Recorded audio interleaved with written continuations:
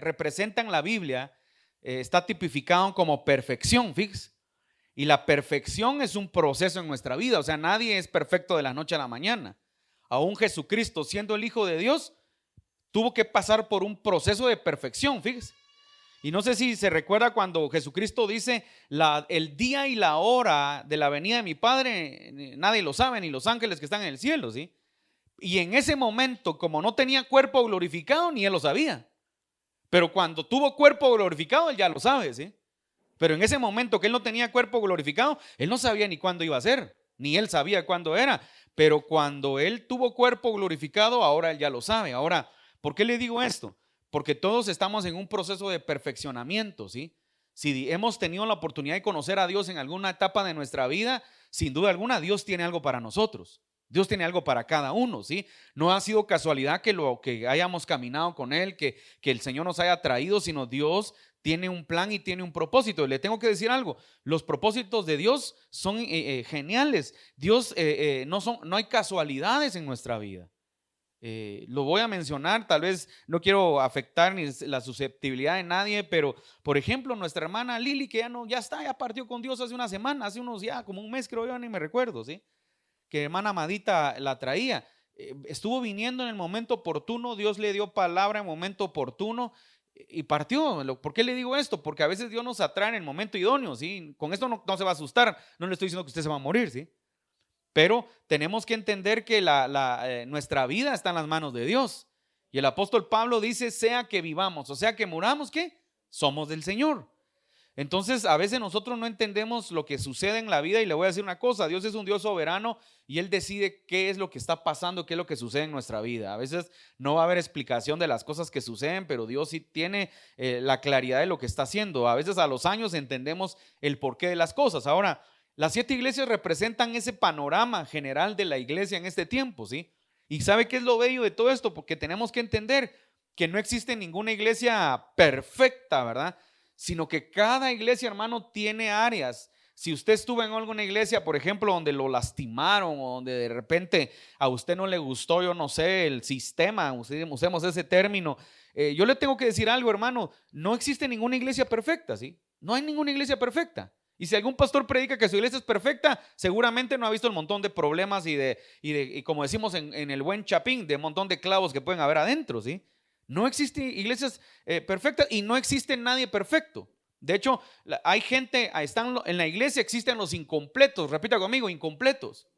Fíjese que hay gente incompleta. Yo la otra vez creo que lo mencioné. La gente que es fiel en asistir a la iglesia, que viene temprano, que está acá apoyando de repente en algo, pero que no ofrenda, no diezma, no le cree al Señor en los principios importantes, ¿sí? Y están otros que sí le creen al Señor y todo, pero no vienen. Entonces, ya me voy a predicar ese mensaje. Entonces, ¿usted quién cree que está mejor? Se lo dejo ahí de tarea para que haga la tarea el fin de semana, ¿sí? Entonces, me explico, existe gente incompleta dentro de la iglesia y también existe gente muy correcta, gente con un buen testimonio. Entonces, la palabra de Dios nos muestra a través de las 7 iglesias, hemos ido caminando por 5, que cada iglesia, hermano, tiene una fortaleza, cada iglesia, un foda, ¿verdad? Cada iglesia tiene una fortaleza, una oportunidad, pero cada iglesia tiene áreas de fortaleza y áreas de debilidad, y que el Espíritu Santo habla de una manera exhortando, pero también habla de otra manera motivando, pero también en algunos momentos Él consuela y también en algunos momentos, hermano, pone un parámetro muy duro, ¿sí? Hoy vamos a hablar de Filadelfia, ¿sí? Pero cuando hablamos de Filadelfia es importante poder entender lo que Dios nos quiere hablar en esta hora. Dice Apocalipsis capítulo 3, verso 7. Escribe al ángel de la iglesia en Filadelfia, esto dice el santo. Entonces, primer punto importante. Filadelfia significa el que ama al hermano, ¿sí? Eso significa Filadelfia, o el que ama a su hermano. Y Filadelfia tiene una historia bien interesante en todo este contexto cultural. Filadelfia era una ciudad que estaba asentada en un lugar de mucho problema, igual que Guatemala. ¿Sabía usted que Guatemala, los geólogos dicen que Guatemala se sacó la lotería al revés, ¿sí? Porque Guatemala está asentada en 3 placas tectónicas. ¿Sabía usted eso? ¿Sabía que Guatemala, de hecho, debe de temblar todos los días en Guatemala, ¿sí? Porque Guatemala hay 3 placas tectónicas que plazan, digámosle así, Guatemala está sentada sobre 3 placas tectónicas. En la misericordia de Dios, hermano, no han habido más terremotos en Guatemala. Dios siempre nos ha guardado, porque deberían de temblar y debería de haber habido ya terremotos por la condición del suelo geológico, ¿sí? Entonces, esta ciudad de Filadelfia estaba sentada precisamente sobre una falla geológica. Y años atrás hubo un gran terremoto que destruyó la ciudad. Entonces la gente vivió a los alrededores con un nivel de temor, pero mantuvo constantemente la búsqueda de Dios, ¿sí? Ahora miren esto que dice. Escribe al ángel de la iglesia en Filadelfia. Esto dice el santo. Y qué interesante esa palabra, ¿verdad? Porque el solo hecho de decir esto dice el santo nos está hablando de la deidad de Dios, la deidad de Jesucristo, la deidad de su poder, ¿sí? Y le voy a decir una cosa, muchos de nosotros perdemos la objetividad de saber que Jesucristo es santo, ¿sí? Por eso la palabra dice, sed santos porque yo soy santo, ¿sí? O sea, nosotros no tenemos que ser santos porque nos lo dice el pastor, no tenemos que ser santos porque la gente nos va a ver, nosotros tenemos que ser santos porque Él es santo. Y la santidad tiene que ver, o santo, si definimos el concepto santo, usted ya sabe que es apartados del pecado, apartados de todo aquello que nos hace errar en el centro, en el blanco, ¿sí? De todo aquello que nos hace caminar correctamente, constantemente mire, durante la semana de labores, hermano, yo le voy a decir una cosa, podemos pecar de muchas maneras, y no estoy hablando ahorita, si quiere, de los pecados más fuertes, si usted quiere, pero podemos pecar con nuestros pensamientos, con nuestras palabras. Sabe que la mayoría, el 90% de las personas habla muy mal, ¿sí? No habla en una condición de fe, sino habla muy mal. Y yo conozco gente que a veces uno le pregunta, ¿y cómo te fue cuando fuiste a ver tu trabajo? Me fue fatal. Yo digo que no me lo van a dar. O sea, la gente habla muy mal. Es raro encontrar gente que hable palabras de fe, que hable palabras positivas, si usted quiere, palabras con convicciones de credibilidad. Constantemente nosotros hablamos mal, creemos que nos va a ir mal, creemos que las cosas… Yo le digo a la gente, hay gente que es especialista en profetizar al revés, si usted quiere, ¿sí? Porque profetizan todo lo malo que les va a pasar. Es que no, yo digo que no me van a dar el trabajo, seguro no te lo van a dar. Es que yo digo que a ver si no me robaron, pues te van a robar porque lo estás declarando. Pero cuando nosotros declaramos la palabra de Dios, entonces Dios va a obrar de alguna manera. Ahora dice la Biblia que Él se presenta, esto dice el santo, el verdadero, repita conmigo, el verdadero. ¿Sabe por qué? Qué interesante que a esta iglesia el Señor se presenta con una deidad de santos, ¿sí? Porque tenemos que entender que una de las cualidades que tenemos que aprender a tener, a desarrollar en nuestra vida es la santidad, y es lo que más le está costando a la iglesia de este tiempo. Le voy a decir, mire, constantemente prendemos el televisor y ¿qué es lo primero que cree que encontramos? Un montón de inmoralidades. Y con esto no le estoy diciendo que usted no puede, pastor, entonces ya no puedo ver Netflix, ya no puedo ver Amazon. Bien, usted puede ver todo lo que usted quiera. El problema es las cosas que nos alejan de la santidad de Dios. ¿Me explico? Hay cosas que verdaderamente nos van a contaminar el pensamiento, cosas que verdaderamente nos van a contaminar la vida. Por ejemplo, las redes sociales. Eso es algo que le afecta a todos, hermano. Mire, aquí mismo yo en la iglesia, yo a veces me doy cuenta que hay gente que está chateando y uno está predicando. Y el profeta Mike decía el viernes en la vigilia, me gustó mucho, ¿sí? Y él decía algo bien interesante y que a veces tenemos que pedirle a Dios. Yo entiendo que hay gente aquí y que todos son trabajadores, ¿sí? Todos, algunos, tal vez hay semanas muy, muy fuertes donde a veces usted va a estar muy cansado. Bueno, a mí me pasa que hay días que usted no tiene ni idea. A veces con mi esposa entramos a las 2 de la mañana y nos levantamos a las 6 de la mañana para estar acá, alistarnos. Entonces, hermano, a veces uno viene cansado, ¿sí? Pero el profeta decía algo bien y me llamó la atención. Decía, aquel que se queda dormido en la iglesia es alguien que no ha aprendido a tener relación con Dios, ¿sí? Entonces, cuando no tenemos relación con Dios, hermano, cualquier cosa le va a aburrir y le va a agotar. Pero ¿por qué no se queda dormido viendo televisión? Estoy hablando de las cosas que le interesan, ¿sí? ¿Por qué no se queda dormido viendo su partido de fútbol? ¿Por qué no se queda? Porque es lo que a usted le interesa, ¿sí? ¿Por qué no se queda dormido viendo pornografía? Qué lindo fuera que cuando empieza a ver pornografía se durmiera, ¿verdad? Ya no mire. No, hasta más le brincan los ojos y más está iba de ver. ¿Por qué? Porque es lo que le interesa. Pero las cosas que nos interesan a veces cuando no tenemos relación con Dios, por eso nos dormimos, por eso no nos interesa. Por eso y respetamos nosotros al Señor 90 minutos que venimos acá. Mire, son 90 minutos que se pasan así rápido. Cuando usted siente ya está afuera. Y le entregamos a Dios un pequeño tiempo para darle gracias de las cosas que Él ha hecho en nuestra vida. Mire, no tenemos ni idea a veces cuántas veces nos ha guardado el Señor de la muerte posiblemente, ¿sí? Porque a veces Dios nos guarda, pero no nos percatamos de que Él nos está protegiendo, que Él nos está cuidando. Entonces, su primer punto es la deidad, la santidad. Ese es un problema que la iglesia tiene, de guardarnos santos para Él. Es un problema muy grande que tiene la iglesia. Después hay otro punto importante que curiosamente Él se presenta de esa manera. Dice, el verdadero, ¿sí? ¿Sabe por qué Él se presenta como el verdadero? Porque hoy en día hay muchas falsas doctrinas y muchas falsas enseñanzas o muchas falsas presentan a Jesús de una manera muy equivocada, ¿sí? Hay muchas iglesias, y hablo general, no estoy hablando de una iglesia en específico, que presentan un evangelio muy equivocado y entonces la gente a veces cree que el evangelio, imagínense que hay iglesias que creen que la iglesia solo debe ser de gente burguesa, por ejemplo. Entonces, y Jesucristo dijo, a los pobres siempre los tendréis. Y si usted es una persona muy próspera, entonces qué bendición, empieza a hacer obras de bien, porque dice la Biblia que fuimos creados para buenas obras. O sea, usted y yo fuimos creados para buenas obras. No es por obras para que nadie se gloríe, pero a usted le van a pedir cuentas sobre qué obras realizó usted si Dios lo bendijo. ¿Se recuerda la parábola del rico y Lázaro? Es una enseñanza que no voy a meterme a hablar del infierno en esa parábola, porque esa es una enseñanza bien interesante, ¿sí? Un contexto cultural y un contexto gramático cuando Jesús está enseñando sobre la parábola del rico y Lázaro.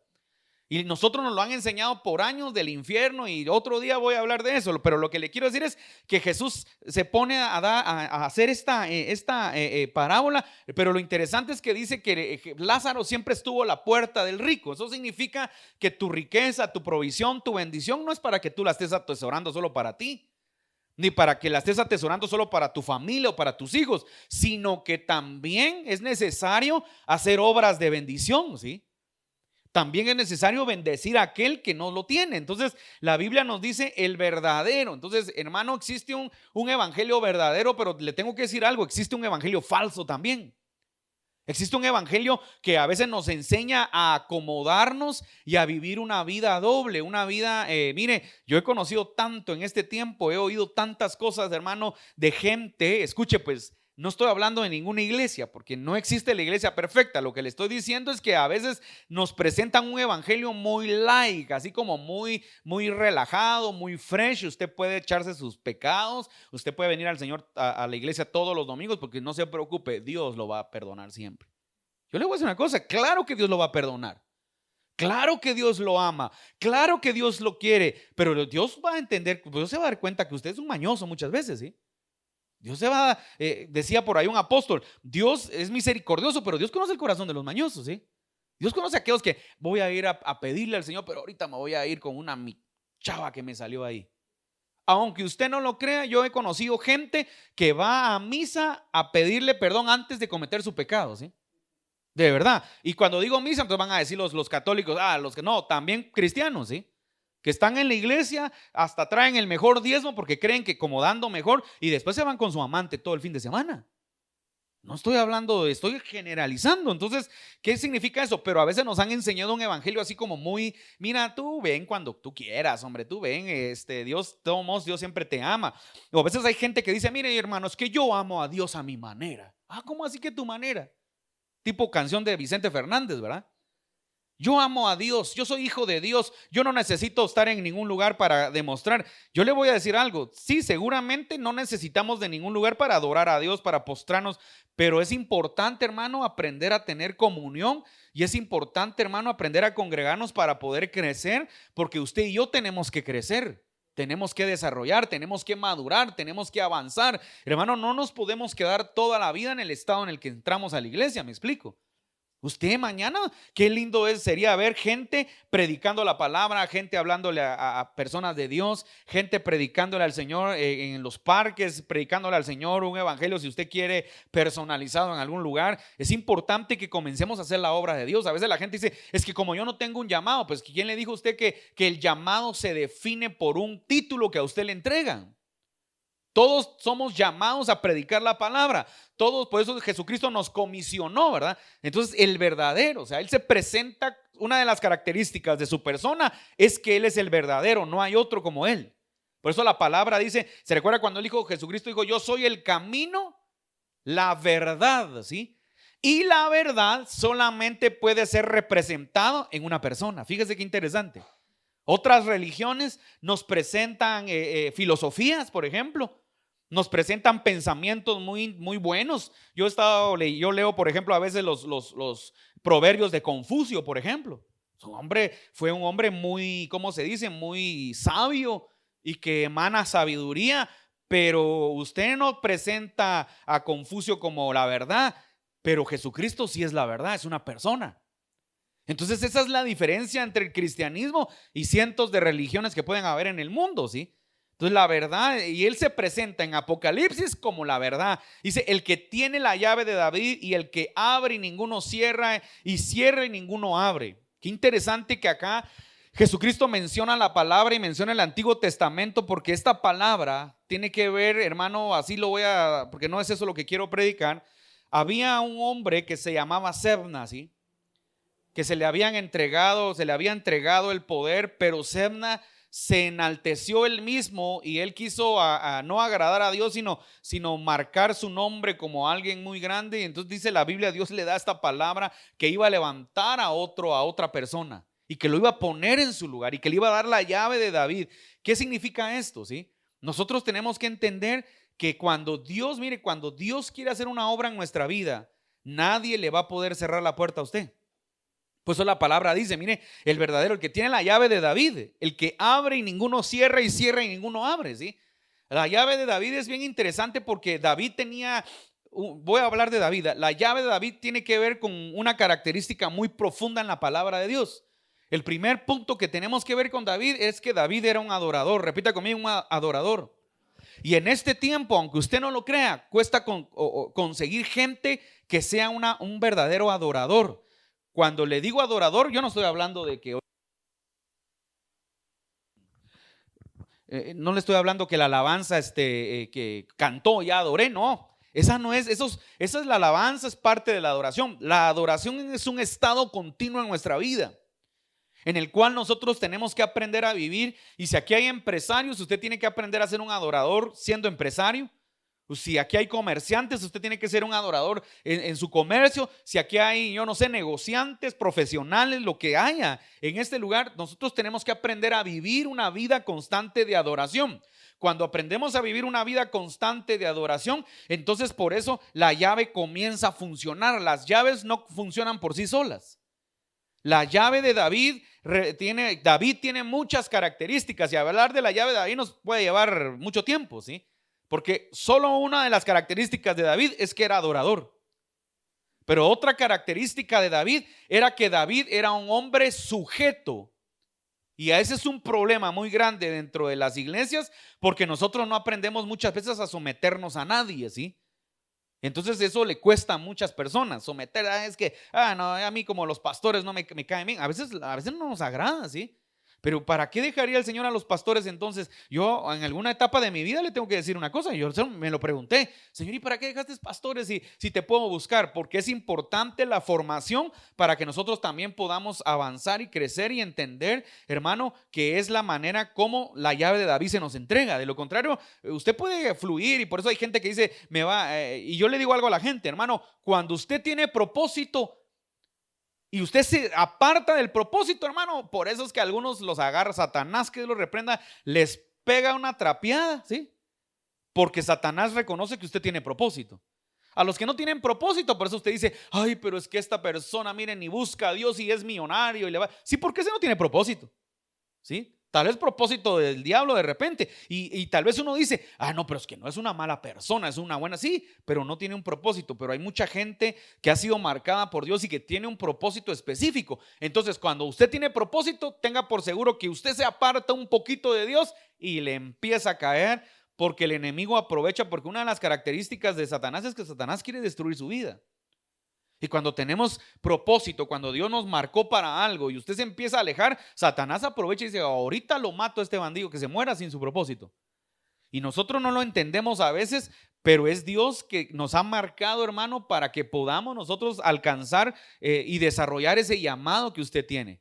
No todos tenemos un llamado tal vez a pararnos acá al frente, pero sí todos tenemos un llamado al servicio, un llamado a caminar y a trabajar en pro de la obra, ¿sí? De muchas maneras.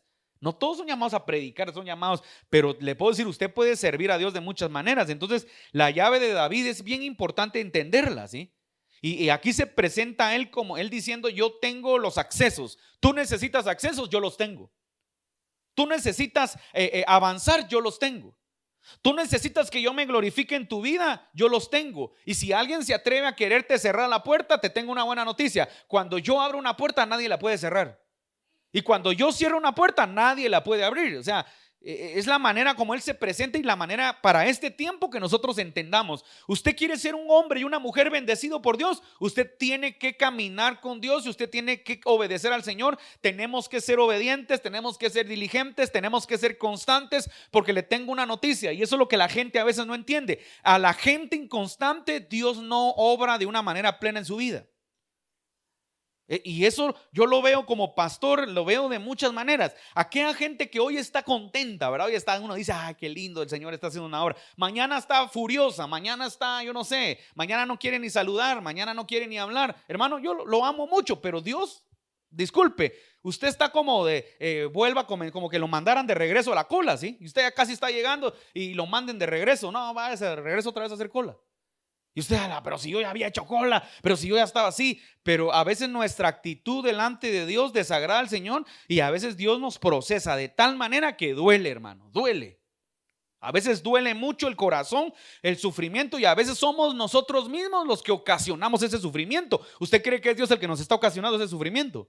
Somos nosotros los que nos apartamos, somos nosotros los que corremos. En la Biblia usted se va a encontrar hombres y mujeres de Dios que se apartaron del propósito porque ellos quisieron. Jonás, por ejemplo.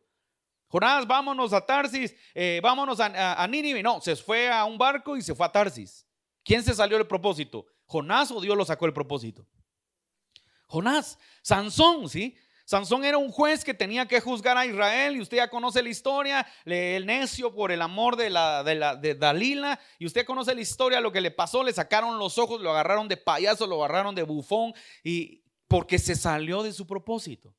O sea, somos nosotros los que nos salimos y duele, hermano, duele mucho. Entonces, aquí nos está diciendo el Señor, cuando tú caminas conmigo, cuando tú me conoces como el verdadero, cuando tú sabes que yo soy real, porque ese es otro problema que hay en este tiempo. Mire, a causa de la frialdad que hay, de hecho la Biblia lo dice. Y cuando el Hijo del Hombre venga, dice así, encontrará fe en la tierra. ¿Sabe por qué?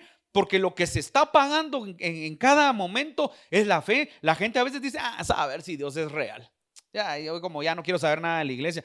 ¿Cuánta gente oigo hoy en día, hermano, hablar así? Y a veces también oigo otros grupos. Estuve en una reunión esta semana que pasó con una persona que amo mucho en el Señor, pero me hablaba de un grupo que dice, mira, fíjate que conocí un grupo allá en Estados Unidos de gente que fue muy lastimada por varios pastores y entonces hicieron casi que, digamos, no voy a decir su secta porque no quiero ser mala gente, ¿sí? Digamos que hicieron su grupo de cuates, ¿sí? Y que aquí no hay pastor, solo leen la palabra. Yo le voy a decir una cosa, está genial que busquen la palabra, pero el problema es que tú tienes que aprender a sanar tu corazón. Y ahí es donde radica el problema. No, yo no te estoy diciendo, te estoy obligando a que reconozcas a alguien como pastor. El problema es que siempre que veo a alguien que está lastimado, es que yo no quiero saber nada de los pastores. Tienes que sanar tu corazón. ¿Sabes por qué? Porque si no sanas tu corazón, no vas a poder pasar al siguiente nivel que Dios tiene para tu vida. Tú y yo somos imperfectos. Y entonces yo te hago una pregunta, y alguien que nos ve nos ve en línea, nos ve en el canal de YouTube. Si hay alguien que está lastimado, está bien. Si te falló tu pastor, está bien. Pero te hago una pregunta y respóndetela tú. ¿Acaso tú no fallas también, pues? ¿O que tú no le has fallado nunca a nadie?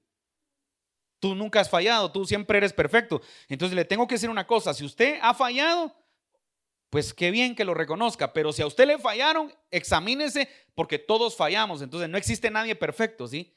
Hace unos años yo me recuerdo que estaba yo en un proceso y de repente hubo un hermano que cometió una falta y entonces yo estaba molesto, me pidieron que lo ayudara como a restaurar y el cuate estaba así como mero renuente.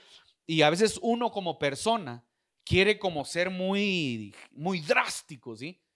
Y entonces yo me recuerdo, por eso te lo estoy diciendo, yo me recuerdo que se sentó conmigo mi apóstol y me dijo, mira, mi hijo me dijo, sentémonos, platiquemos, ¿verdad? Y yo así todo como que ahorita le digo al apóstol que tome decisiones. O sea, en pocas palabras le voy a decir, yo quería volarle la cabeza al cuate, ¿sí? Y entonces, ¿sabe qué me dice? Me sentó y así me agarró así con amor y me dice, mira, vos no te equivocás. Pero así se me quedó viendo con un amor, con unos ojos tiernos, ¿sí? Vos no te equivocás, hijo. Y me pegó, porque ¿qué cree? No le iba a decir que no, ¿ah? Sí, le dije, la verdad es que sí, bueno, entonces sé misericordioso. Entonces nosotros vemos el panorama de Jesucristo y entonces tenemos que ir a la palabra para poder entender lo que está hablando Jesús acá.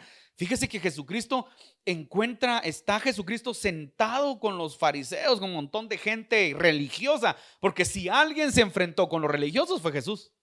Un montón de gente religiosa, hermano, que las llevaban de santos y puros y eran más mentirosos y altaneros, pero él se tuvo que enfrentar con ese público. Ese fue el público que Jesús se enfrentó.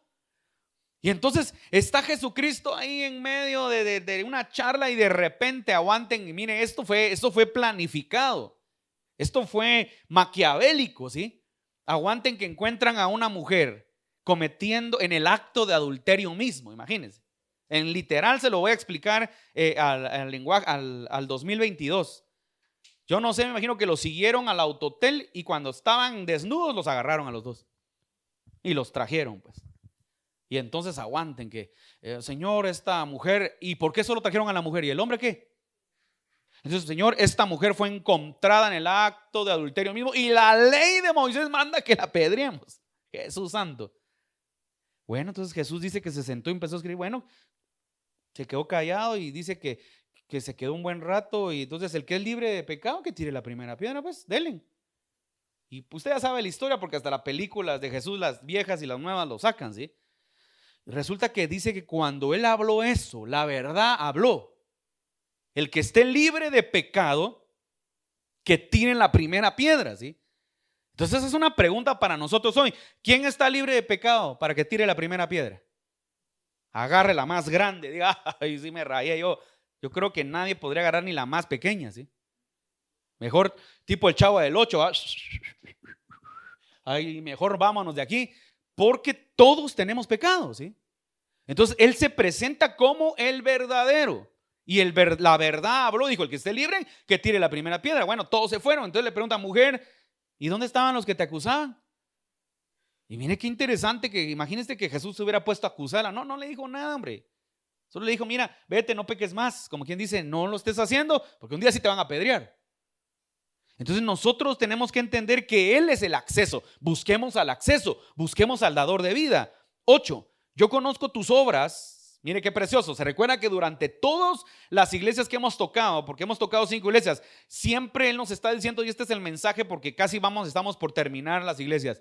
Usted tiene que entender, yo tengo que entender que Dios conoce nuestras obras. Y nuestras obras, ¿por qué cree que en cada una de estas iglesias, esta es la sexta iglesia, yo conozco tus obras? ¿Qué significa eso? ¿Por qué nos está marcando en cada iglesia que Él conoce nuestras obras, lo que hacemos, cómo nos desenvolvemos, cómo nos desempeñamos, dónde caminamos, con quién hablamos, con quién actuamos, qué es lo que hemos hecho, qué es lo que pensamos, qué es lo que realizamos? Él lo conoce todo, así que nadie se puede esconder, ¿sí? Yo conozco tus obras, yo conozco lo que tú haces, yo conozco tu vida, yo la conozco todo lo que haces. Entonces Él nos conoce, ¿sí? He aquí, he puesto delante de ti una puerta abierta, la cual nadie puede cerrar, porque aunque tienes poca fuerza, has guardado mi palabra. Ahora mire esto, pues, es importante guardar la palabra de Dios. Todas estas iglesias que hemos estado viendo, hermano, tienen ciertas características, ¿sí? A algunas, hermano, mira, a esta le abrió la puerta, pero a otra iglesia, se recuerda, le dijo que le iban a meter a la cárcel. Qué curioso, ¿verdad? O sea que cada iglesia, hermano, estaba pasando por una etapa, por un proceso y tenía que vivir algo distinto, pero cada iglesia tenía alguna fortaleza. Ahora, qué interesante que esta que tiene poca fuerza, pero que ha guardado la palabra, ¿sí? Algunos Estudiosos creen que cuando se refiere a poca fuerza, creen que no se trata de fuerza espiritual, sino que, porque dice, has guardado la palabra. Y si la palabra lo es todo, entonces no podía ser poca fuerza espiritual. Estaba hablando de lo que le estoy explicando, que a causa de los terremotos que habían habido, entonces era una iglesia muy pequeña, pues sí. Pero dice, pero has guardado, mire, mi palabra, mire, y no has negado mi nombre. Entonces, algo que Dios quiere y que Dios se agrada es cuando nosotros no lo negamos a Él. ¿Cuántas veces lo hemos negado? Yo le pregunto a usted, ¿alguna vez usted ha negado al Señor? Porque usted no necesariamente se trata de negar a Dios porque nos pregunten, ¿y usted es cristiano, hermano? Nada más eso no.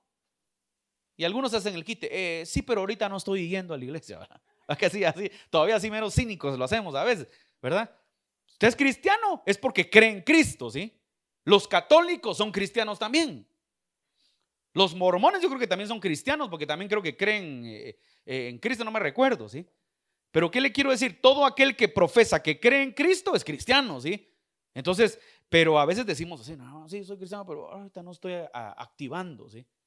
Por no decir ando carnal, ¿va? O como decía un acuate, ando mero chamuco, ¿sí?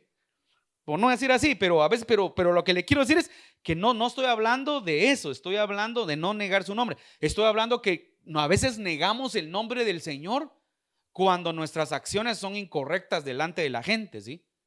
O sea, usted puede negar a Dios cuando delante de la gente, hermano, usted insulta a su hermano, por ejemplo, y usted conoce la palabra. Usted está negando a Dios cuando usted deja de creer en el poder de una siembra, por ejemplo. Usted deja de creer en Dios cuando usted deja de creer en el poder de un principio, por ejemplo. No le voy a hablar del diezmo y la ofrenda, pues si este pastor quiere diezmos y ofrendas, no. Por ejemplo, si usted roba, entonces ¿qué se convirtió? En ladrón. Entonces, cuando usted deja de creer en un principio, usted está negando su nombre. Cuando usted se vuelve asesino, usted está negando su nombre. Me explico, cuando usted se vuelve, no sé, son principios que están establecidos en la palabra, nosotros negamos el nombre del Señor. Entonces dice, y no has negado mi nombre. Entonces esta iglesia tenía una fortaleza a causa de guardar su palabra. No había negado el nombre, porque le tengo que decir algo, la palabra de Dios es la única que nos va a ayudar en los momentos más difíciles de la vida. No nos va a ayudar la frase motivacional. La palabra de Dios es la que nos va a sostener. Por eso la Biblia dice, se recuerda aquella enseñanza que Jesús dio y dijo, cualquiera que guardare mi palabra será semejante a un hombre que edificó su casa sobre la roca, ¿sí? Y usted ya sabe lo que Jesús enseñó. Y vinieron ríos, tormentas, pero la casa no cayó porque su cimiento estaba sobre la roca. Pero comienza diciendo, cualquiera que guardare mis palabras. Lo que está escrito, lo que la Biblia dice, lo que la palabra declara, lo que yo tengo que hacer para ser exitoso, lo que yo tengo que hacer para ser próspero. ¿Usted quiere ser exitoso en los negocios? Josué dice, mira que te mando que te esfuerces y seas valiente, pero cuando le comienza a decir Dios a hablar a Josué, desde el capítulo 1 dice, de cierto que si guardares mi palabra, entonces tendrás éxito y entonces haré prosperar tu camino. Y entonces se comienza a darle promesas. Antes está Deuteronomio 28 y también habla. Entonces, ¿qué significa eso? Si nosotros caminamos con Dios, caminamos en su palabra, guardamos su palabra, usted va a ser próspero, hombre. No necesita mucho no necesita mucho para ser próspero. Fíjese que el problema de la prosperidad es que la gente deposita su confianza o pone su espacio de confianza en un lugar que no es Dios. Por eso es que a veces cuesta prosperar. ¿No se ha preguntado usted por qué algunos prosperan más que otros? Y cuando usted se va a ver la profundidad de por qué una persona prosperó más que otra, y a veces dice, pastor, pero es que yo también ofrendo y también diezmo. Pero cuando usted se va a ver, usted no está depositando su confianza en Dios verdaderamente. Y está metido en afanes, y la Biblia, Jesucristo lo dijo, que cualquiera que se afane, que cualquiera que esté preocupado, no le va a poder agregar un codo a su estatura. Entonces a veces, hermano, nos afanamos más de lo que le creemos a Dios. ¿Qué va a ganar? Si fuera un pulso así, y usted hace un pulso ahorita con el afán, ¿quién cree que le va a ganar? Le va a ganar el afán.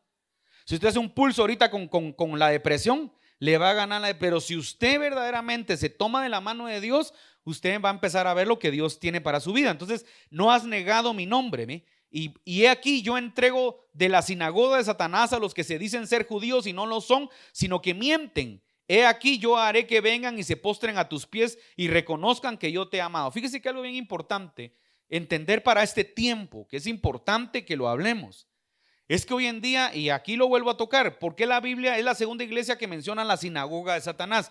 ¿Qué es la sinagoga de Satanás? Se recuerda que la sinagoga era el lugar donde se reunían los judíos y hacían lectura de la ley.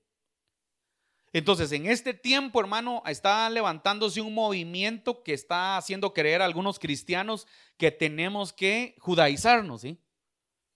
Y que tenemos que retomar ciertas acciones de la ley. Y entonces por eso usted va a encontrar hoy en día gente que dice está guardando el Shabbat, por ejemplo, ¿sí? Entonces, pero no somos judíos. Y la Biblia nos está enseñando, porque mire qué interesante. Yo entrego de la sinagoga de Satanás a los que se dicen ser judíos y no lo son, sino que mienten. He aquí yo haré que vengan y se postren a tus pies y reconozcan que yo te he amado. O sea, qué interesante que la Biblia en Apocalipsis nos deja claro para todos aquellos que si de repente tienen cuates que se están judaizando y que te están invitando a Shabbat y que te están invitando a Rosh Hashanah y que te están invitando a la fiesta de los tabernáculos. Ojo con esto. Si usted no es judío, ¿sí? La salvación no viene, hermano, el pacto, el viejo pacto fue abolido, ¿sí? Entonces nosotros no tenemos nada que hacer con el viejo pacto.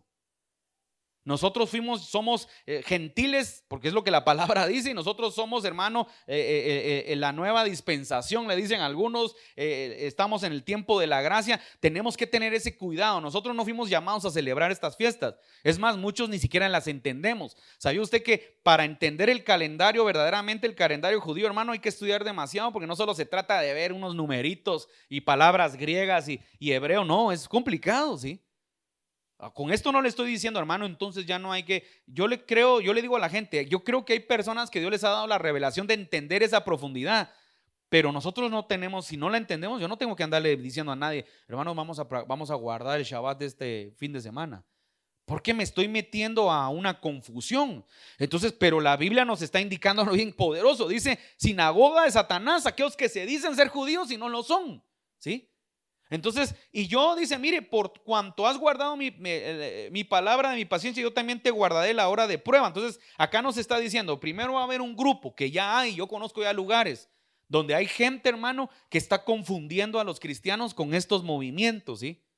Y yo le digo a la gente, hermano, tenga cuidado porque la salvación, hermano, Jesucristo se entregó en la cruz del Calvario y ellos no nos tienen que convertir a nosotros tenemos que convertir a los judíos. ¿Sabe que en Israel los judíos, para ellos todavía no ha venido Jesucristo? El Mesías, todavía están esperando al Mesías, porque para ellos el Mesías nunca vino. Entonces nosotros en este tiempo tenemos que tener ese cuidado porque ya hay mucho movimiento aquí en Guatemala. Yo bendigo a Israel, hermano. Ya estuvimos con mi esposa en Israel y fue de mucha bendición, pero hay gente, hermano, que está muy confundida y que confunde a los demás. Hay unos que hasta talit usan cuando oran y verdad, para usos proféticos, si usted quiere, pues podemos. A mí me han regalado talit, me han regalado las meshushas, pero hay que tener mucho cuidado porque esto requiere mucho entendimiento. Entonces Jesús nos está hablando acá y nos está diciendo, tengan cuidado con aquellos que se dicen ser judíos y no lo son porque son sinagoga de Satanás. ¿Qué significa eso? Es un engaño para el pueblo cristiano. Voy avanzando y voy terminando. Pueden hacerme fondo, Franklin.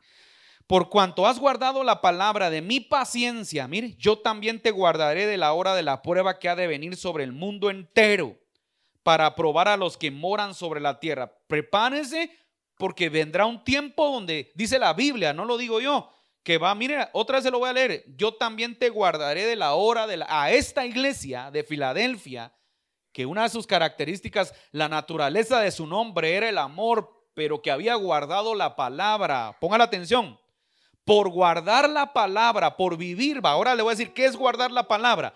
Por vivir la palabra, por mantenerse firmes en lo que la palabra de Dios dice, que hay que amar a su prójimo, que tiene que tratar a su prójimo como a usted mismo, que tiene que amar a su familia, que tiene que respetar a los demás, que tiene que demostrar el amor de Dios. Mire, guardar su palabra no va a creer usted que solo era un mensajito que oyeron.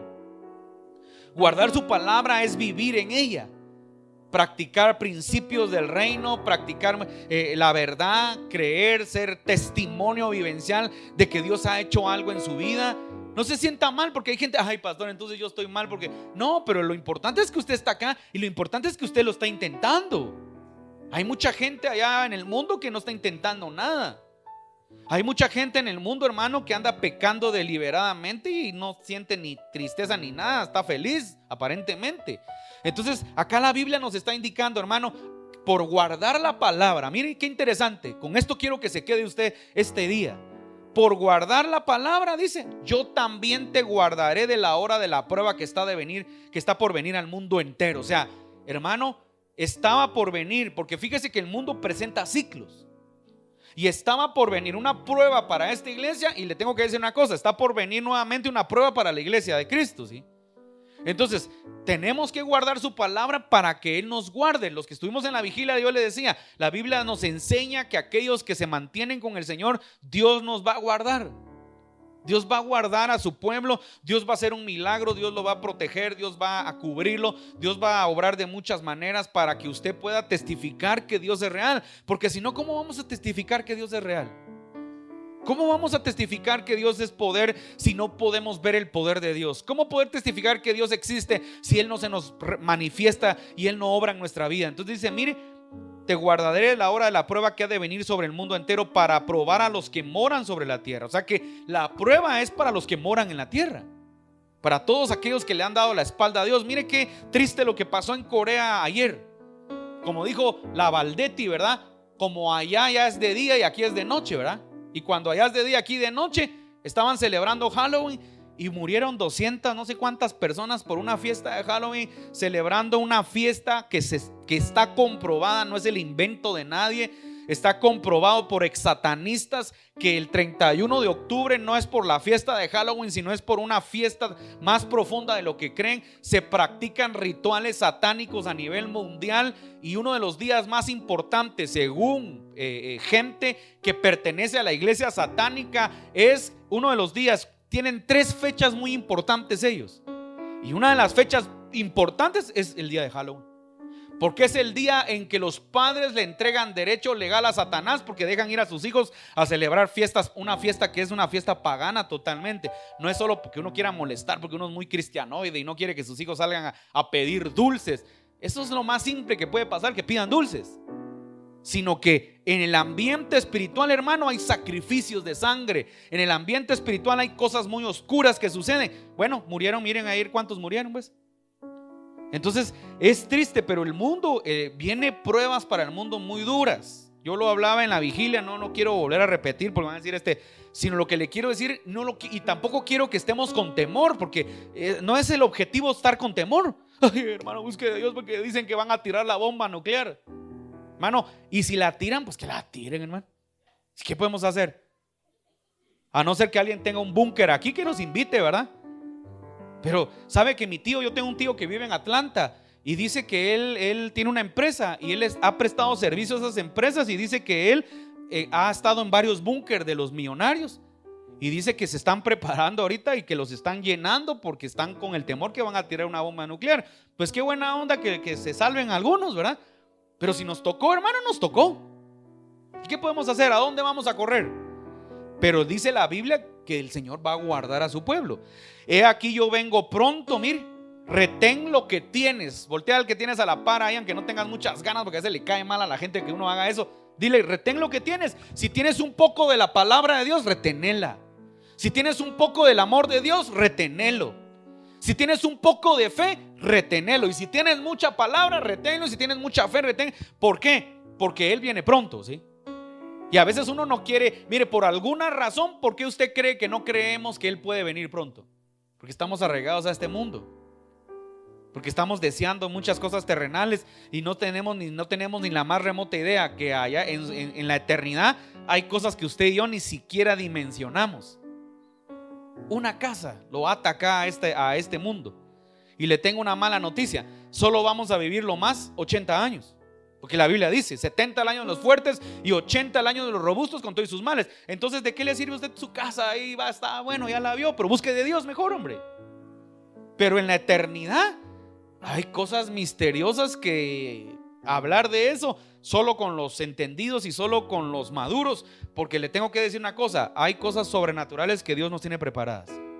Ahora, pero dice acá, mire, vengo pronto, retén lo que tienes para que ninguno tome tu corona. De esto quiero ir aterrizando, ya termino. Mire, ¿sabe una cosa?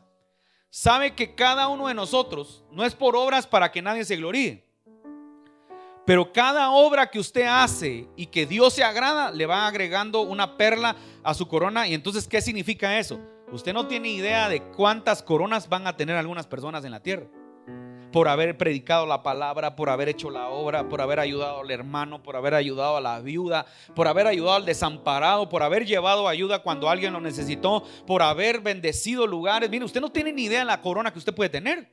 Pero dice acá, que ninguno tome tu corona, porque hay gente, hermano, que pudo haber hecho obras y no lo hizo, que pudo haber hecho mucho y no lo hizo. Entonces se le va a quitar y se le va a dar a otro. Y qué triste que nos digan: mira, esta corona era tuya, pero como te fuiste, como te fuiste indiferente, se la entregamos al que a usted menos se imagina. Retén tu corona, dice: el que venciere, yo le haré columna en el templo de mi. Mire, yo lo haré columna. ¿Qué significa una columna? Una columna es una base, es un cimiento que permanece. Si usted dice al que venciera, entonces nuestra tarea es vencer. Nuestra tarea, hermano, no solo venir a la iglesia, estar aquí: ay, mire, hermano, llevo 10 años en el. No, nuestra tarea es ser un vencedor, porque el mundo espiritual es verdadero, hermano. Si alguien todavía no cree muchito en el mundo espiritual, no, por favor, mire, el mundo espiritual es más tremendo de lo que usted cree. Yo a veces lo he mencionado por fases para no meterme tanto a esto, pero le digo, sabía que muchos gobiernos gobiernan a través de brujería y a través de logias de poder, de poderes oscuros. Y la gente no sabe eso. Es más, los gobiernos acá en Guatemala, hermano, hay gobiernos que han gobernado a causa de sacrificios diabólicos que han hecho, y la gente cree que eso es mentira, cree que estoy hablando una payasada. Eso es verdadero. Por eso tenemos que entender, hermano, que tenemos que ser vencedores, que tenemos que permanecer, que tenemos que buscar de Dios, porque el mundo espiritual es más real del natural que usted está viviendo.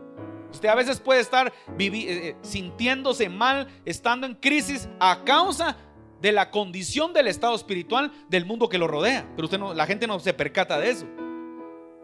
Y dice acá: al que venciera, yo lo haré columna en el templo de mi Dios, y nunca más saldrá de allí. Y escribiré sobre él el nombre de mi Dios y el nombre de la ciudad de mi Dios, la nueva Jerusalén, la cual desciende del cielo de mi Dios, y mi nombre nuevo, dice, y mi nombre nuevo. El que tiene oído, oiga lo que el Espíritu dice a la iglesia. Entonces, ¿cuál es la promesa para esta iglesia de Filadelfia? Por haber retenido la palabra, por permanecer, por retener lo que tenía, lo iban a poner como columna. ¿Sabe qué significa eso? Usted, Dios quiere usarlo como una columna firme, como alguien que sostiene a los demás, porque una columna sostiene. Mira, ahí están las columnas. Quitemos esas columnas y se nos viene abajo todo. ¿Qué es lo que Dios quiere? Que usted sea una columna que sostenga a los demás, que sostenga con su testimonio, que sostenga con la credibilidad. Este es el tiempo, hermano, donde necesitamos gente cristiana. Cuando digo gente, no mediocre, no gente hipócrita, no aquella gente cristiana que hay gente que dice: ay, no, hermano, yo para ir a la iglesia por como ser como el hermano, como ser como mi primo que es cristiano, pero viera cómo vive. No, necesitamos gente de testimonio. Gente que diga: hermano, realmente qué ejemplo de vida el de esta persona. Mire, yo lo imito. Yo por eso empecé a ir a la iglesia, porque yo quiero esa vida. Necesitamos gente ejemplar. Se puede todavía. Yo he conocido mucha gente ejemplar. Necesitamos gente amorosa, gente que te salude, que te abrace, que te haga sentir bien. Necesitamos gente que demuestre el amor de Dios. Este es el tiempo en el que Dios quiere levantar a más personas que demuestren el amor de Dios, que sea columna. Y la columna no solo sostiene de esa manera, hay mucha interpretación o mucha revelación de lo que una columna espiritual puede hacer. Se necesita, hermano, mucho todavía en Guatemala. Aunque usted no lo crea, Dios ama a Guatemala, Dios ha guardado a Guatemala. Yo creo lo que decía el profeta Mike. Hermano, Dios ha guardado a Guatemala porque primero le estoy diciendo: Guatemala está en una falla geológica. Y por eso creo que el profeta decía que han estado declarando terremotos. Yo le voy a decir una cosa: Dios no es un Dios de juicio, hermano. No va a creer que Dios es un Dios ajusticiador, el justiciero. No sé quién fue el que hizo la película El Justiciero. No sé si era ¿cómo es que se llama? Se me olvidó este pelón. ¿Cómo es que es se me olvidó el nombre de este hombre? Pero Dios no es justiciero de la tipo película hollywoodesca. Dios es un Dios de amor y de misericordia. Y cuando Él aplica justicia es porque de verdad, hermano, se acabó el tiempo. Saber ni cuánto tiempo le dio a la gente. Pero Dios es un Dios de amor y de misericordia. Entonces sigamos clamando por Guatemala por misericordia. Y clamemos por nuestros familiares, aquellos que todavía no conocen de Dios. Porque le tengo que decir algo que sí le tengo que decir, y con esto termino, es que sí existe condenación para aquel que no camina con el Señor. Entonces necesitamos ser columna y necesitamos retener la palabra. Retenga la palabra que Dios le ha dado. Si Dios le habló, si Dios le ha marcado una palabra, retenga esa palabra, manténgase buscando, haga su mayor esfuerzo, aun cuando no tenga ganas de buscar de Dios, aun cuando no tenga ganas de venir a la iglesia, aun cuando no tenga ganas de orar, aun cuando le quiera ganar la carnalidad, porque cuando a veces queremos buscar a Dios es cuando más el enemigo nos ataca. Usted tal vez dice, hoy voy a buscar, y es cuando llega aquel amigo que lo hace salirse de sus casillas. Usted, la hermana, tal vez me estoy guardando, mire, hoy sí no voy a... Y llega la hermana más chismosa, la que llega a tocar a su puerta. Ay, le traigo, mire, Noticiete no es nada, ¿sí? Llega Noticiete, Guastevisión y Telediario juntos, ¿sí? ¿Verdad? ¿Por qué? Porque es la manera como el enemigo quiere hacerlo caer. Entonces retengamos la palabra, mantengámonos firmes. Póngase sobre sus pies esta hora. Vamos a orar y le vamos a pedir al Señor que Dios sea el que obre en su vida y que nos ayude a retener lo que el Señor tiene. Mire, Dios tiene cosas para nuestra vida. Dios tiene cosas nuevas, y a veces yo sé que a veces nos está costando, a veces cuesta, y a veces, mire, no es casualidad, a veces pasan circunstancias en nuestra vida y es la manera como Dios las está utilizando para, dice la Biblia, para traernos con lazos de amor y misericordia. Cuerdas de amor. Se recuerda que Julito Melgar antes de morir hizo famoso aquel cántico de tus cuerdas de amor. Se recuerda que lo cantó. Pero ese es un texto bíblico, un salmo. Ahorita se me olvidó cuál es, ¿verdad? Pero ¿qué cree que es esto? Lástima que no tengo aquí una cuerda. Es como una cuerda como los caballos que tiran la cuerda y ¿verdad? Y te atrae así como véngase para acá. Entonces a veces el Señor tiene que lanzar esa cuerda de misericordia y amor y traernos casi que como los caballos salvajes a la fuerza, porque Él tiene un propósito para nosotros, porque Él tiene algo para nuestra vida. Dios quiere, mire, Dios ha estado dando mucha palabra y yo veo lo que Dios habla y dice, y ¿sabe qué? Lo que veo, el común denominador es que Dios quiere bendecir a su pueblo. Sí, hay inflación, pues no se asuste, más duro se va a poner, pero Dios quiere que en medio de la inflación Dios diga, hermano, ¿y cómo compraste tu carro? De verdad Dios te lo regaló. Porque no se trata de inflación, ni se trata de que cuando Dios te quiere bendecir, hermano, no existe inflación, no existe crisis económica, sino es la manera de ver que Dios está con nosotros. Dios quiere bendecirte, pero tenemos que caminar en la santidad, tenemos que guardarnos, tenemos que retener su palabra, tenemos que vivir la vida cristiana verdadera, no una vida mentirosa, una vida falsa, una vida doble. Tenemos que vivir, y no cuesta nada, hermano. Pastores, que mires que si me empiezo a venir a la iglesia, hombre, ya no voy a poder disfrutar las fregaderas con mis cuates. ¿Y quién le dijo a usted eso? Claro, con cordura, con cuidado, con respeto, pero usted puede seguir teniendo cuates. Lo que tiene que es guardar su testimonio y guardarse usted. Pero a veces la gente cree que el cristianismo es aburrido. No, mire, yo le digo una cosa: usted tiene que aprender a hacer influencia donde quiera que usted vaya. Jesús se sentaba con prostitutas, mendigos, con ladrones, pero Él era influencia, ¿sí? Imagínense que la Biblia dijera, y Jesucristo se sentó con Zaqueo, entró a su casa y se emborracharon, y como Zaqueo consumía droga, Jesucristo, no. Cuando Jesús entró a la casa de Zaqueo, fue imponer el gobierno que Jesús tenía. ¿Cuál era el gobierno que tenía Zaqueo? ¿Sabe cuál era? Un gobierno de hurto y un gobierno de Zaqueo, sin duda alguna, hermano, era un extorsionador, porque era recaudador de impuestos, y los recaudadores de impuestos tenían una mala reputación. ¿Qué cree que dijo Zaqueo cuando llegó Jesús? Bíblico, se apegó a la ley. Si a alguien le he robado, seguro le había robado, se lo voy a devolver 7 veces. Era lo que la ley mandaba. O sea, Zaqueo sabía que había robado, y lo que hizo fue sacar todo lo que tenía guardado y lo empezó a devolver. Cuando el gobierno de Cristo llega a tu casa, el gobierno que voy a redundar para que me entiendas, el gobierno que gobernaba tu vida sale afuera y entra el gobierno de Cristo. Entonces, si eres mentiroso, sale la mentira. Si eres pecador, si eres, yo no sé, adúltero, sale adulterio. Si eres ladrón, sale el hurto. Y se establece el gobierno de Cristo en tu vida, y Él te va a ayudar a gobernar tu vida. Él es el que nos ayuda, hermano, a todos. Nadie por sí solo es perfecto, pero Él sí nos puede ayudar a nosotros. Cierre sus ojos, oremos y démosle gracias al Señor. Adoremos un minuto.